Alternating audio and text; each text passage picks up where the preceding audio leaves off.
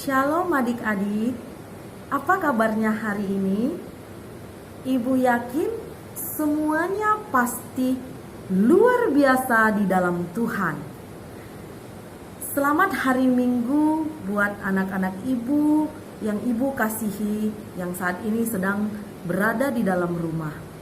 Hari ini kita berjumpa kembali di Minggu tanggal 12 Juli 2020. Ibu harap semuanya dalam keadaan sukacita di dalam Tuhan. Baiklah, sebelum kita mendengarkan firman Tuhan, Ibu mau mengajak terlebih dahulu anak-anak Ibu bernyanyi lagu Yesus Itulah Satu-Satunya. Kita mulai ya. Yesus itulah satu-satunya penolongku yang sungguh. Dia berjanji akan kembali angkat kita semua. Oh, haleluya, puji Tuhan, upahmu besar di surga. Oh, haleluya, puji Tuhan, upahmu besar di surga. Mari kita bersatu di dalam doa. Terima kasih Tuhan Yesus Kristus, di pagi hari yang indah ini kami mengucap syukur atas kasih karunia Tuhan berikan kepada kami. Penyertaan-Mu yang melindungi kami, menyertai kami dimanapun kami berada sepanjang minggu ini Tuhan. Tuhan, Kau juga telah masih memberikan nafas kehidupan, kesehatan, sehingga kami masih boleh berkumpul di rumah kami masing-masing bersama keluarga kami Tuhan. Biarlah Tuhan hari ini anak-anak-Mu boleh mendengarkan firman Tuhan dalam keadaan sukacita di dalam Tuhan. Biarlah Tuhan saja yang berfirman di dalam firman ini Tuhan, dan hanya Tuhan saja yang berkata-kata di dalam firman ini Tuhan. Tuhan, biarlah kiranya segala dosa pelanggaran kami Engkau ampunkan, agar tidak terhalang berkat kasih karunia yang Tuhan berikan kepada kami. Di dalam nama Tuhan Yesus Kristus kami berdoa dan mengucap syukur. Amin. Hari ini Ibu mau membawakan firman Tuhan yang diambil dari kitab Kejadian 13 ayat 1 sampai dengan 18. Adik-adik udah siapkan Alkitab di hadapan adik-adik kan? Nanti Ibu minta tolong supaya adik-adik bisa membaca firman Tuhan di Kejadian 13 ayat 1 sampai 18. Judul perikop daripada Kejadian 13 adalah Abram dan Lot berpisah. Jadi adik-adik boleh baca. Kemudian yang menjadi tema kita pada hari ini adalah yakin pada janji Tuhan. Kalau adik-adik sudah membaca ceritanya tentang Abram dan Lot berpisah, pada saat itu Tuhan memerintahkan Abram dari Mesir berangkat ke tanah Negeb dengan istrinya dan segala kepunyaannya. Dan pada saat itu juga Lot, keponakan Abraham, pun ikut bersama-sama dia. Masih ingat tidak? Tokoh Alkitab yang Ibu katakan tadi, Bapak Abraham. Adik-adik tahu kan lagunya? Bapak Abraham mempunyai banyak sekali anak-anak, aku anaknya dan kau juga. Mari puji Tuhan, tangan kanan, tangan kiri, kaki kanan, kaki kiri, putar-putar lalu loncat. Nah, kita sering nyanyikan lagu Bapak Abraham. Jadi pasti sangat familiar di telinga anak-anak ibu semuanya. mengenai tokoh Alkitab yang Ibu ceritakan pada saat ini, yaitu Bapak Abraham. Jadi Bapak Abraham ini adalah sangat kaya, memiliki banyak harta, ternak-ternak yang diberikan Tuhan kepada Abraham.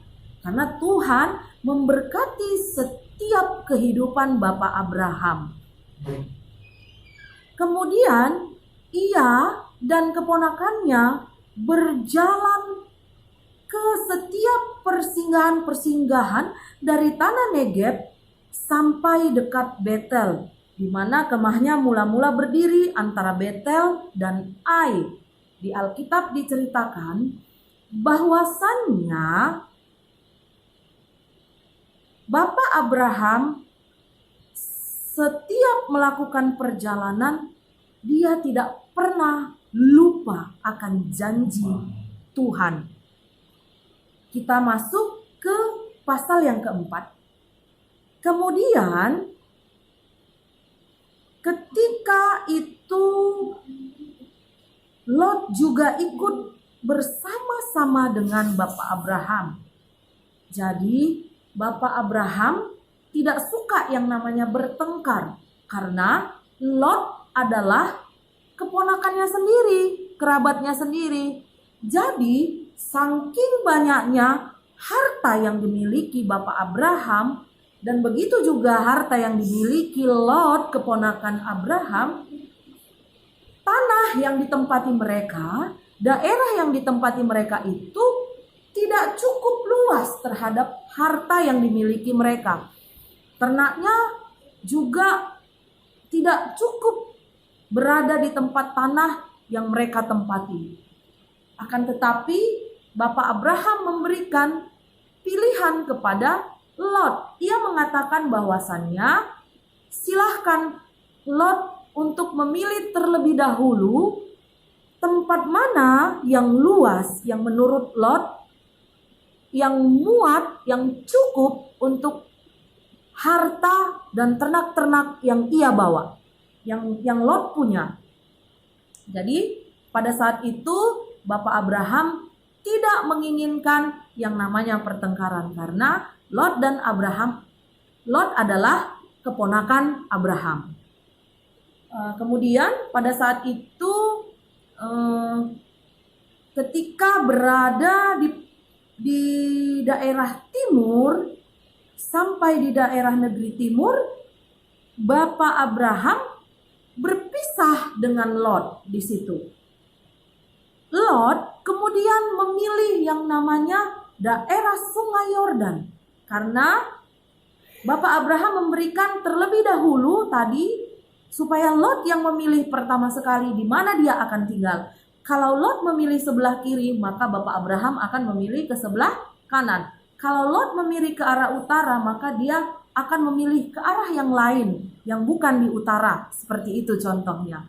Kemudian akhirnya Lot pergi dan memilih satu tempat yang namanya Sungai Yordan. Sungai Yordan ataupun daerah di Sungai Yordan itu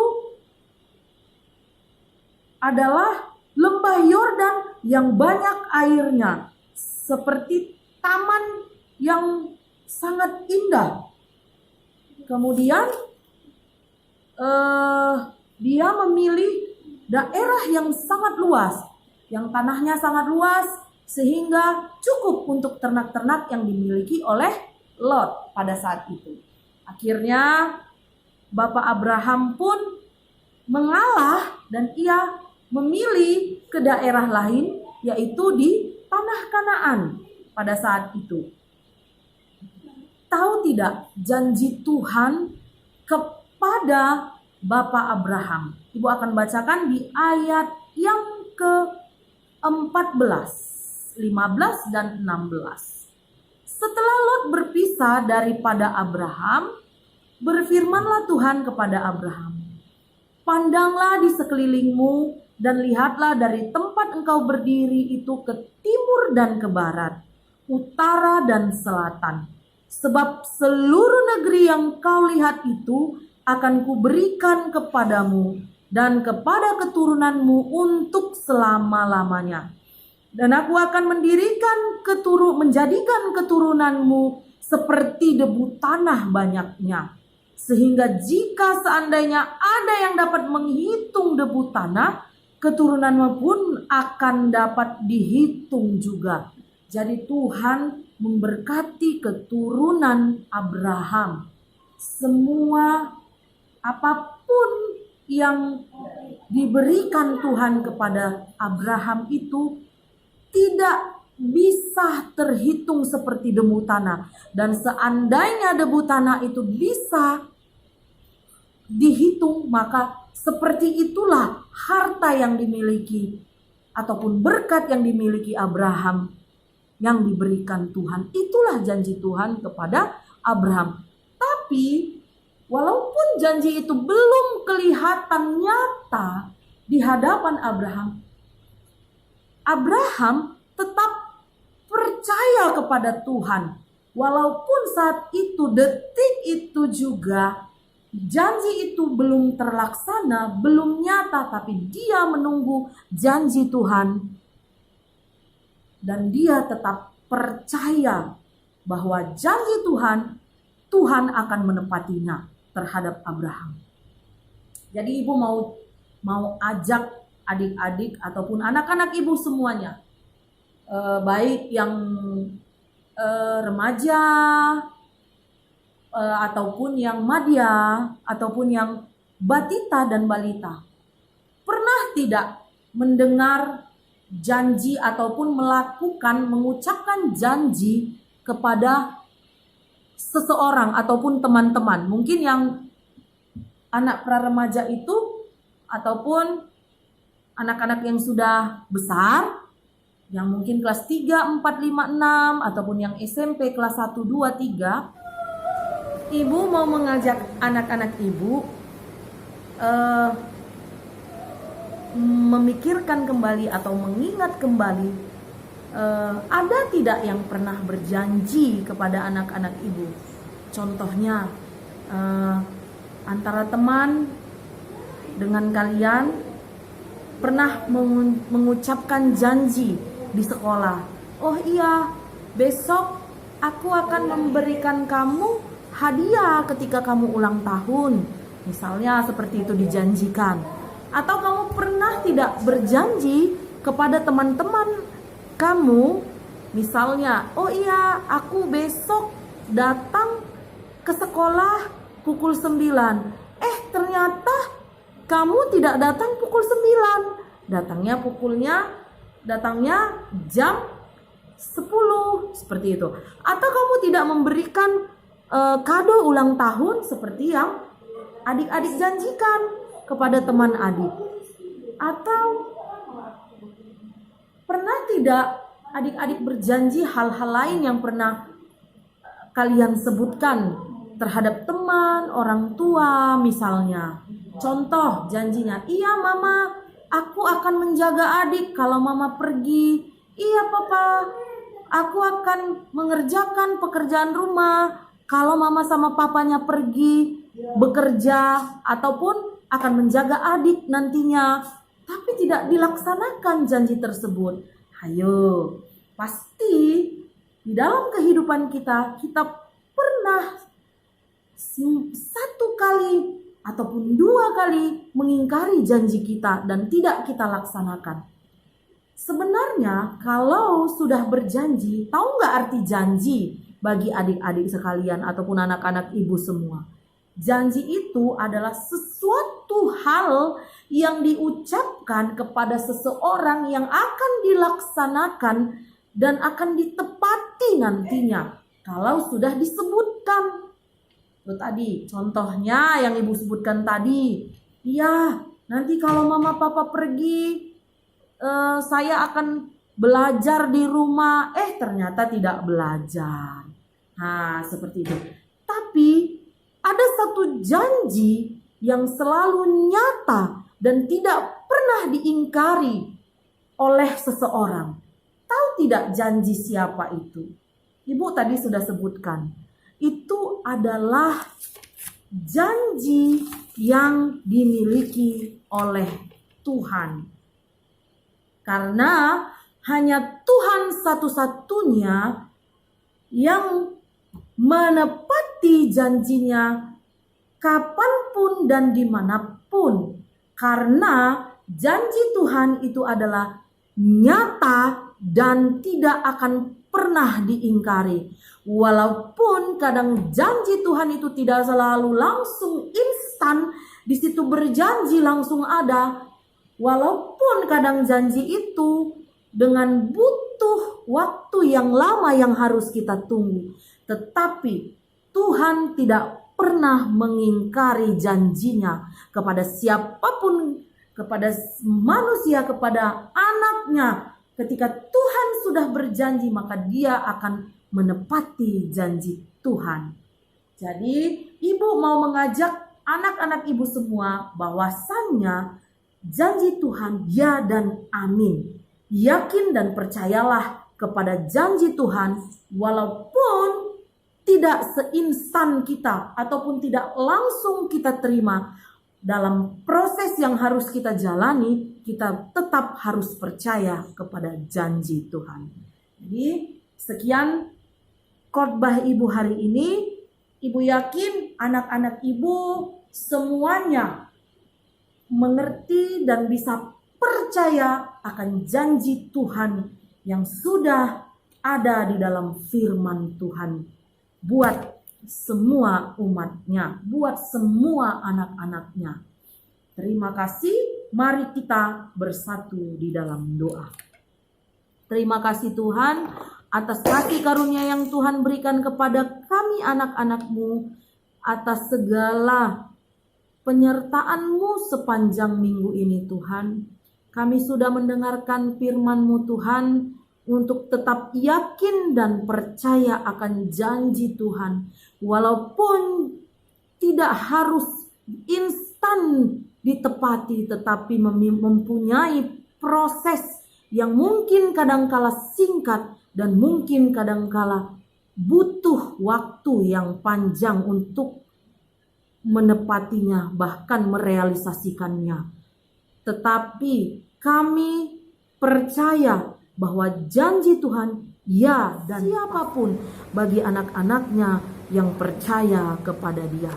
Terima kasih Tuhan, biarlah sepanjang minggu ini Engkau berikan kami berkat kesehatan dan orang tua kami rezeki yang berkelimpahan. Mampukan anak-anak-Mu Tuhan untuk menjalankan firman-Mu di dalam kehidupan sehari-hari. Bukan hanya mendengar tetapi menjalankannya di dalam kehidupannya Tuhan. Terima kasih Tuhan, di dalam nama Tuhan Yesus Kristus kami berdoa dan mengucap syukur. Amin.